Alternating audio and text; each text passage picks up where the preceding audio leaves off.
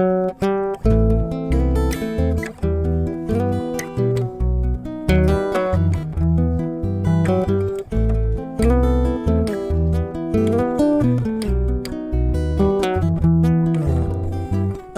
jour, tu t'en iras comme une voix qu'emporte le vent, comme une voix qu'emporte le vent, au-delà. Il devient plus qu'urgent de lever la conscience humaine au sommet lame de la pyramide,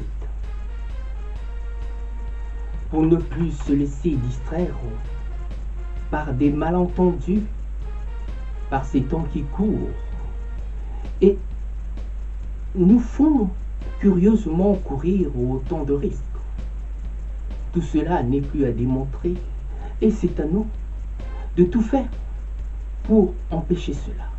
Oui, pour empêcher le mal de continuer là à triompher aussi insolemment, là où les bonnes intelligences ne cessent de se conjuguer pour contrer les mauvaises combines et leurs mauvaises langues aux esprits tordus et maladroits qui continuent là à s'enrichir mais sur notre dos, quitte à nous réduire en esclavage en plein XXIe siècle, oh mon Dieu.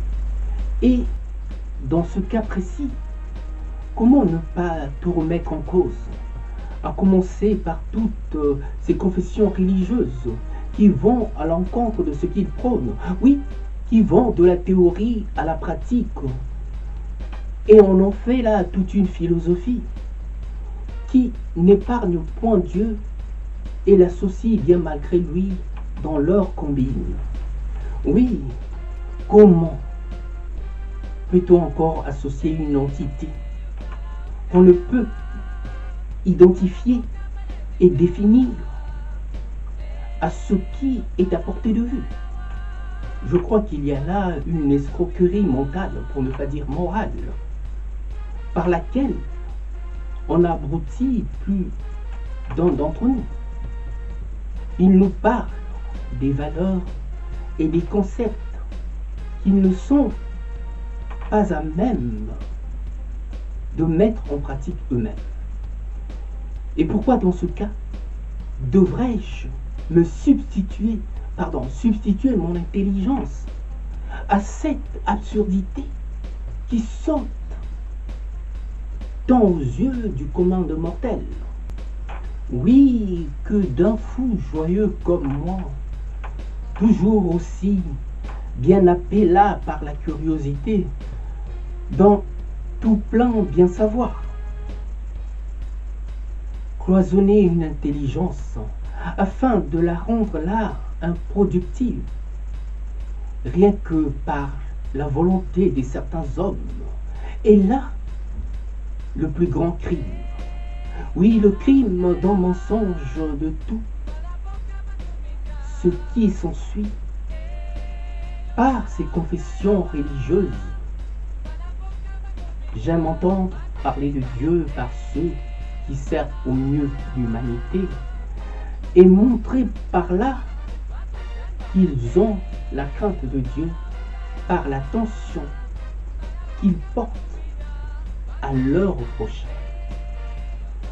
Voilà là qu'ils ont ébranlé ma foi en tant qu'homme, mais pas en tant qu'une entité aussi complexe que décomplexée, qui n'a jamais été formatée dans une quelconque école idéologique et philosophique. Vous savez, à ce jour, je n'ai là aucun modèle, si ce n'est que celui que je suis en train de constituer et qui est en train de prendre corps à travers mes diverses expériences, mais bien moins à travers toutes ces institutions et confessions religieuses qui vont à l'encontre des valeurs qu'elles prônent et que je détrône par conséquent dans mon cœur. J'ai là mais un autre regard sur le monde. Oui, un autre regard sur notre société.